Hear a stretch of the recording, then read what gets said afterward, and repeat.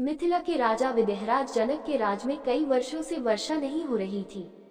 इससे चिंतित होकर राजा जनक ने जब ऋषियों से सलाह ली और उन्होंने उपाय के रूप में बताया कि जब महाराज स्वयं हल चलाएं तो इंद्रदेव की कृपा से वर्षा हो सकती है। मान्यता है कि बिहार स्थित सीमड़ी का पुनौर गांव वह स्थान है जहां राजा जनक ने हल चलाया था। हल चलाते समय हल एक धातु से टकराकर अटक गया। तब जनक ने उस स्थान की खुदाई का आदेश दिया। कहा जाता है कि उस स्थान से एक कलश निकला जिसमें एक सुंदर सी कन्या थी। चूंकि राजा जनक निसंतान थे, उन्होंने कन्या को ईश्वर की कृपा मानकर पुत्री बना लिया। हल का फल जिसे सीत कहते हैं उससे टकराने के कारण कलश से कन्या प्रकट हुई थी, इसलिए कन्या का नाम सीता रखा गया। इस घटना से इतना तो पता चलता है कि मां सीता राजा जनक की अपनी पुत्री नहीं थी। जहां जमीन के अंदर से कलश से प्राप्त होने के कारण सीता स्वयं को पृथ्वी की पुत्री मानती थी, वहीं वास्तव में सीता के पिता कौन थे और कलश में सीता कैसे आई, इसका उल्लेख अलग अलग भाषाओं में लिखे गए रामायण और दूसरी कथाओं से प्राप्त होता है। वेदवती कैसे बनी रावण के विनाश का कारण। जहां एक प्रसंग के अनुसार मिथिला नरेश जनक ने धरती से प्राप्त सीता को अपनी पुत्री मानकर पालन पोषण किया और स्वयंवर के जरिए वह श्री राम की अर्धांगिनी बनी। वहीं अद्भुत रामायण में सीता को रावण और मंदोदरी की बेटी बताया गया है। रावण के अपने विनाश के बीज भी तार्किक रूप से इन्हीं कथाओं में गुथे गए हैं। अद्भुत रामायण की इस घटना से पहले जो कथा जुड़ती है वह है वेदवती की। दरअसल ब्रह्मवैवर्त पुराण में ये कथा आती है जहां से रावण के अंत की कथा भी जुड़ती है। कहते हैं रावण के अंत के पीछे सबसे बड़ी वजह बनी भगवान विष्णु की उपासक वेदवती। माँ सीता इन्हीं वेदवती का पुनर्जन्म थी। वेदवती के बारे में कहा जाता है कि वह बेहद सुंदर, सुशील और धार्मिक कन्या थी। वह भगवान विष्णु की उपासक होने के साथ उनसे ही विवाह करना चाहती थी। ब्रह्मवैवर्त पुराण के अनुसार वेदवती अपनी इच्छा पूर्ति के लिए सांसारिक जीवन छोड़कर जंगल में कुटिया बनाकर तपस्या में लीन थी। इसी दौरान एक दिन जब रावण हिमालय का भ्रमण करते हुए एक ऋषि कन्या वेदवती को देखा तो मोहित हो गया। वह कन्या के निकट गया और अभी तक उसके अविवाहित रहने का कारण पूछा।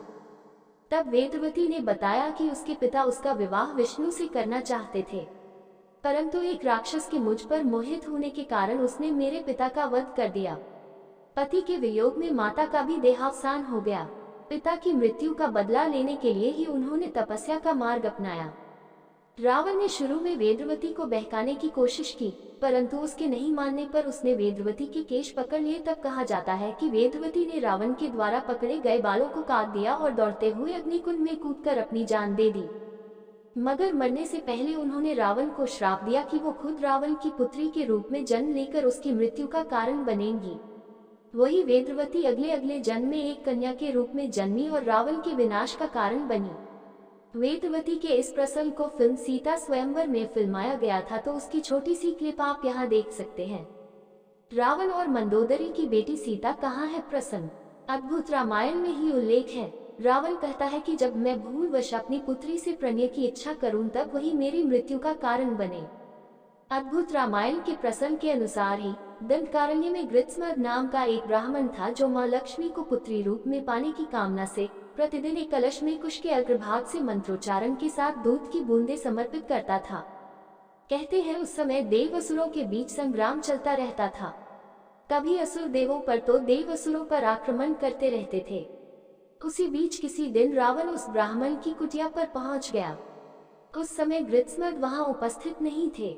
इसका फायदा उठाकर रावण ने आश्रम के अन्य ब्राह्मणों और ऋषियों को मारकर उनके रक्त को उसी कलश में भर लिया। कहते हैं कि रावण उस रक्त कलश को अपने साथ लेकर लंका चला गया, जहां उसने अपनी पत्नी मंदोदरी को उस कलश को संभाल कर रखने को कहा। वहीं मंदोदरी को उस कलश में क्या है इसके बारे में बताते हुए उसने कहा कि यह बहुत ही तीक्ष्ण विष से भरा है। जब कुछ दिनों के बाद रावण विहार के उद्देश्य से सह्याद्री पर्वत पर चला गया जो मंदोदरी को पसंद नहीं थी। कहते हैं अपनी उपेक्षा से खिन्न मंदोदरी ने मृत्यु को वरण करने के उद्देश्य से कलश में रखा पदार्थ पी लिया। वही देवी लक्ष्मी को पुत्री के रूप में प्राप्त करने के लिए मंत्रोच्चारित दूध का ऐसा प्रभाव पड़ा कि मंदोदरी गर्भवती हो गई। तत्पश्चात मंदोदरी ने सोचा कि जब मेरे पति मेरे पास नहीं है, ऐसे में जब उन्हें इस बात का पता चलेगा तो वह क्या सोचेंगे। यही सब सोचते हुए मंदोदरी तीर्थ यात्रा के बहाने कुरुक्षेत्र चली गई। कहा जाता है कि वहीं पर उसने गर्भ को निकालकर भ्रूण को एक घड़े में रखकर भूमि में दफन कर दिया और सरस्वती नदी में स्नान कर वह वापस लंका लौट गई। कहते हैं कि कालांतर में इसी भ्रूण से सीता का जन्म हुआ। मान्यता है कि वही घड़ा हल चलाते वक्त मिथिला के राजा जनक को मिला था, जिसमें से सीता जी प्रकट हुई थी। लोक जीवन में सीता राजा जनक और सुनैना की पुत्री के रूप में विख्यात भले रही हो, लेकिन ये भी प्रचलित था कि वे दोनों केवल पालक माता पिता ही थे। वाल्मीकि रामायण के अलावे कंपन रचित रामायण, जैन रामायण, थाई रामायण और लोक कथाओं में भी मां सीता के जन्म और जीवन को लेकर अलग अलग ढंग से वर्णन है। जहां तक बात अद्भुत रामायण की है तो बता दूं कि एक बार ऋषि भारद्वाज ने ऋषि वाल्मीकि से रामायण के कुछ गुप्त और रहस्यमय पहलुओं को बताने के लिए कहा और कहा जाता है कि इसी के परिणामस्वरूप वाल्मीकि द्वारा अद्भुत रामायण लिखी गई। ये संस्कृत भाषा में है, जो 27 सर्गों में रचित एक विशेष कविता है। जबकि वाल्मीकि रामायण को इस ग्रंथ का प्रेरणा स्रोत भी बताया जाता है। रावण ने सीता को अशोक वाटिका में क्यों रखा? यहाँ एक और प्रसंग का जिक्र तो बनता ही है, जो सीता के अपहरण के बाद उन्हें लंका के अशोक वाटिका में रखने से जुड़ा है। कई बार सवाल उठता है कि रावण की कैद में एक लंबा समय गुजारने के दौरान जनकनंदनी सीता ने कभी रावण को अपने समीप भी नहीं आने दिया। क्या वह सीता के क्रोध से डरता था, या फिर भगवान राम के वह किसी वचन में बंधा था, या फिर वह श्राप था जिससे वह सीता से दूर रहने के लिए बाध्य था? आलीशान महल सोने की लंका को छोड़कर उसने क्यों सीता को अशोक वाटिका में रखा? इस सवाल का जवाब भी पुराणों मिलता है। कहते हैं रावण की सोने की लंका का निर्माण कुबेर ने किया था। ये भव्य और विशाल तो था ही, लेकिन इतना आकर्षक भी था कि जो इसे देखता बस देखता ही रह जाता। लेकिन फिर भी सीता का हरण करने के बाद रावण ने उन्हें लंका के किसी महल में नहीं बल्कि वाटिका में इसलिए रखा क्योंकि वह नीलकुबेर के श्राप से भयभीत था। इस श्राप से जुड़ा जो प्रसंग है उसके अनुसार स्वर्ग की खूबसूरत अप्सरा रंभा कुबेर के पुत्र नीलकुबेर से मिलने धरती पर आई थी, और कहते हैं कि जब रावण की दृष्टि रंभा पर पड़ी तो वह उसके सौंदर्य पर मुग्ध हो गया। रंभा ने उसे कहा भी कि वह नीलकुबेर की होने वाली पत्नी है, लेकिन फिर भी रावण ने उनका सम्मान नहीं किया और रंभा के साथ दुर्व्यवहार किया। जब इस बात की खबर नीलकुबेर को मिली तो उसने रावण को श्राप दे दिया कि जब भी वह कभी किसी स्त्री को बिना उसकी स्वीकृति के छुएगा या फिर अपने महल में जबरदस्ती रखने की कोशिश करेगा तो वह उसी क्षण भस्म हो जाएगा। कहते हैं कि इसी श्राप की वजह से रावण ने बिना सीता की स्वीकृति के ना तो उन्हें स्पर्श किया और ना ही उन्हें अपने महल में रखा। प्लीज लाइक, शेयर और सब्सक्राइब माई चैनल।